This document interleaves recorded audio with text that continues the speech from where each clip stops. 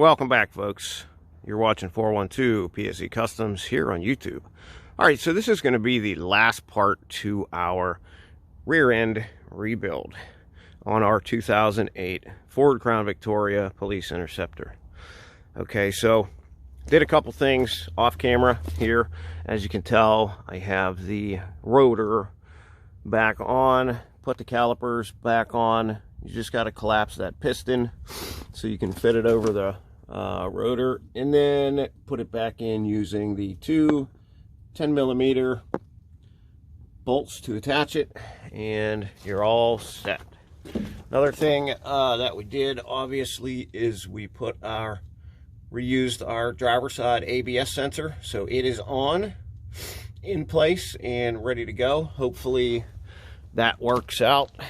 I did the same work over here on the passenger side. There's our brand new ABS sensor in place. Got the rotor on here. Also got our brand new brake caliper mounted. Now, I did one more thing. I got the diff cap mounted and in place and cured. As you can tell by the little bit of squishy ooze coming out of there, I put the gasket maker on here, which is basically like a 1/4 inch bead all the way around, and then you have to add a little bit around each one of the bolt holes. You got to put this thing in place kind of easily so you don't smear the gasket maker, and then you finger tight all the bolts. Leave it sit for an hour to let it just set up and cure a little bit, and then you tighten them down to specs. I apologize, I don't have those torque specs at the moment, but you can easily look them up per your manufacturer's listings. And then you want to, when you tighten these down, you want to kind of use the star pattern like you do on your lug nuts. You know, kind of space them out and make sure you're squishing that gasket maker down evenly. And then this has to sit for a minimum of 24 hours to cure before you can put your differential gear oil in here. And that's why I did not videotape that. I probably should have and added it in, but for the sake of keeping this video as short as possible and kind of getting everything going so that I could complete this video series, I did it off camera. So let's get to filling this thing with gear oil.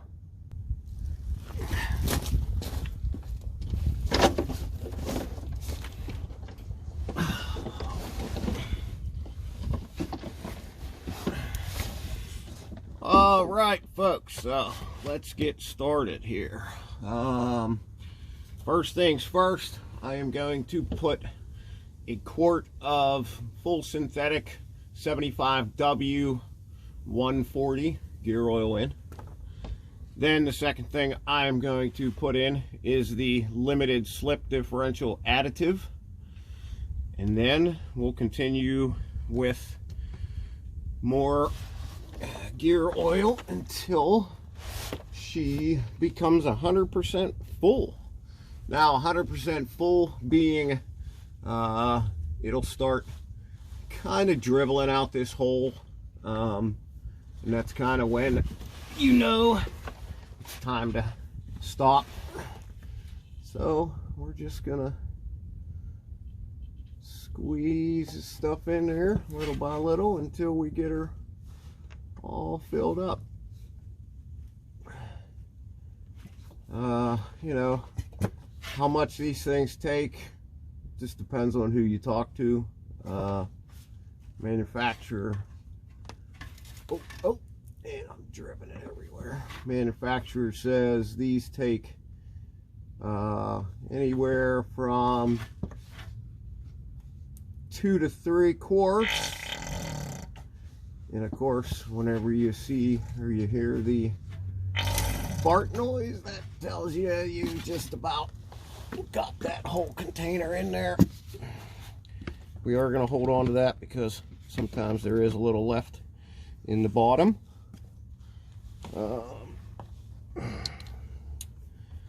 Now I am going to put the limited slip additive in. That is next. Now this limited slip additive is a 4-ounce bottle, which I do believe is just enough for our diff. Alright, now that I got that in there, I'm gonna go get another bottle.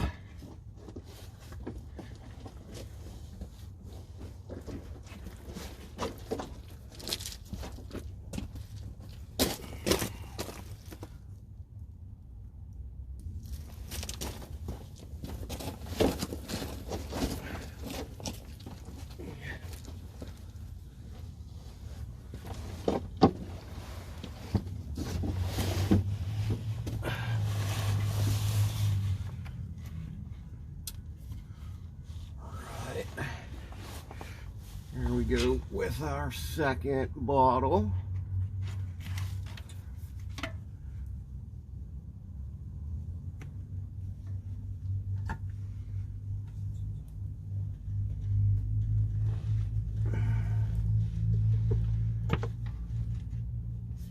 I went with the Valvoline full synthetic 75W140. For a couple reasons. You know, I think it's a pretty reliable brand. Fairly inexpensive compared to some of the others. And yeah, like I said, pretty trusted, reliable brand. All right, well, looks like I need bottle number 3. The reason I'm in and out getting these bottles is because we're down to 24 degrees here in Pittsburgh, Pennsylvania, so I'm trying to keep the oil at a higher temperature.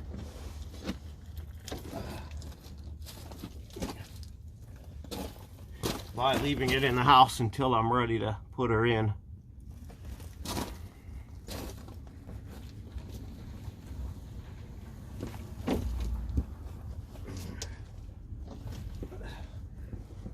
All right, guys, let's get this thing filled up and get our plug back in it. Got my third bottle of 75W140 right here. We'll see if we can't top this diff off. Hopefully this is enough to do it. Alright, so you see it running out of there like that? That's when you know that you are filled up to capacity. Wow, we filled that a little extra full, but I'm not 100% sure the car is fully level, so we may pull the jack down a little bit and I'll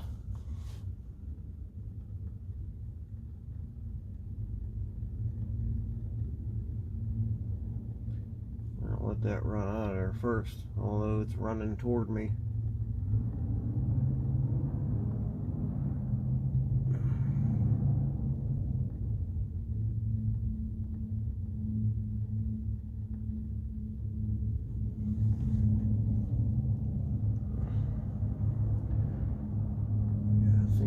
Bring the jack down just a little bit, try to get her a little extra level to make sure our fill level is correct.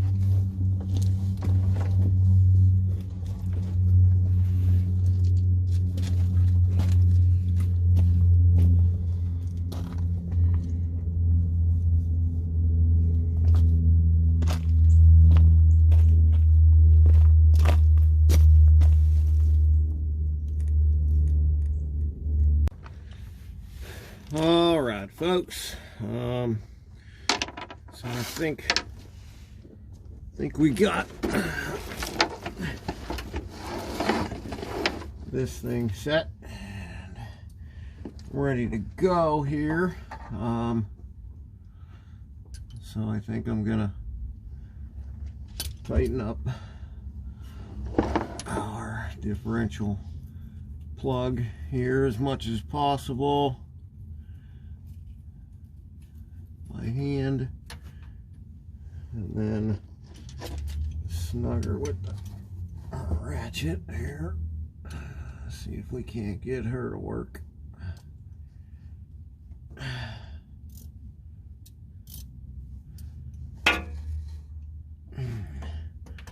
Here is the final step.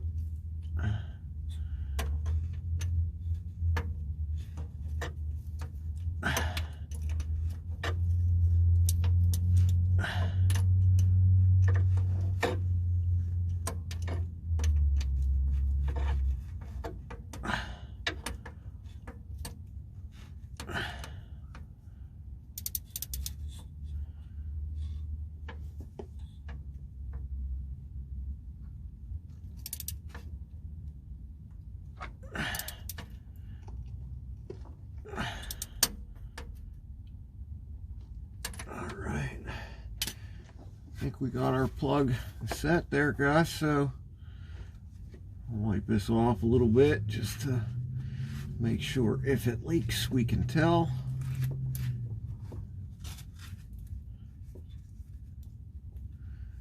Well, that's about it, other than to take this thing for a test drive and see how she does.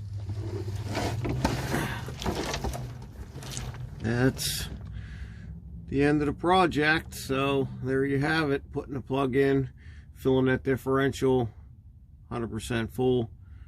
Last step, and now we have a new rear end. Hope this helps some of y'all. Till next time, hopefully it'll be an upfit video. Be safe out there and stay healthy. Welcome back to the channel, y'all.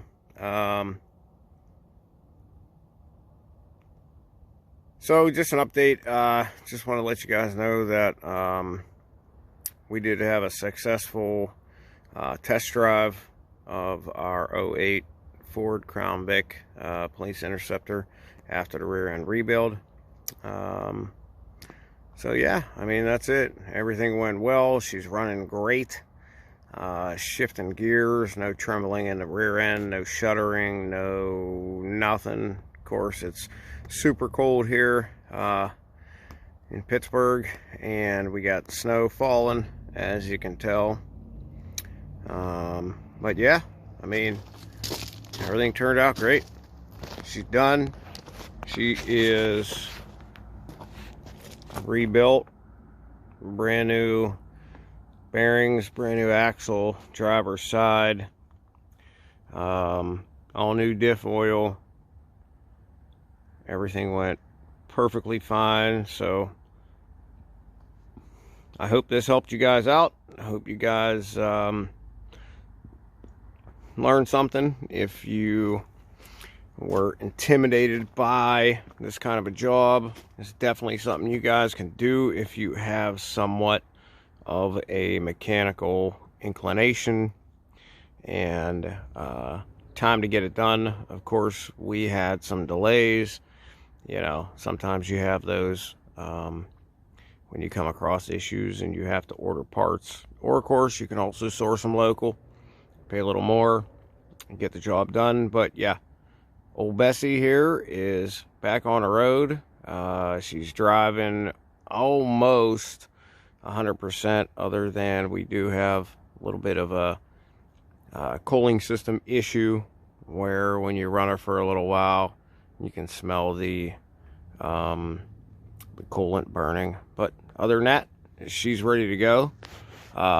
So hope you guys liked this video series. I apologize for how long it was, but we did run into some issues and those kind of things. Guys have any questions, comments, anything like that, put them down below. We'd love to engage with you guys. I will try to answer any questions you guys have as far as that's concerned. Until next time, guys, if there's anything you want to see on the channel, let us know. Any equipment, anything like that, hopefully our next video will be a new install or another product review. I still got to get into that clock spring and break that thing open and see what's inside of it. We had a lot of people request for me to show what's inside that clock spring. But until then, be safe out there, stay healthy, and we'll see you next time.